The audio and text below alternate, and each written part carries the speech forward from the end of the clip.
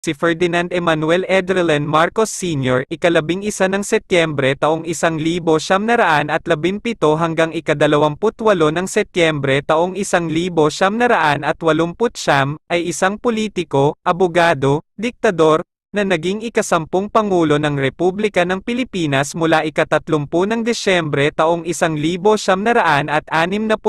hanggang ika-25 ng Pebrero taong 1986. Siya ay nagsilbing kasapi ng kapulungan ng mga kinatawan ng Pilipinas mula 1949 hanggang 1959 at kasapi ng Senado ng Pilipinas mula 1959 hanggang 1965 bago naging Pangulo ng Pilipinas noong 1965 para sa 4 na taong termino. Sa kanyang unang termino, sinimulan ni Marcos ang paggugol sa mga gawaing pampubliko kabilang ang pagtatayo ng mga lansangan, tulay, mga health center at mga eskwela. Kanyang napanalunan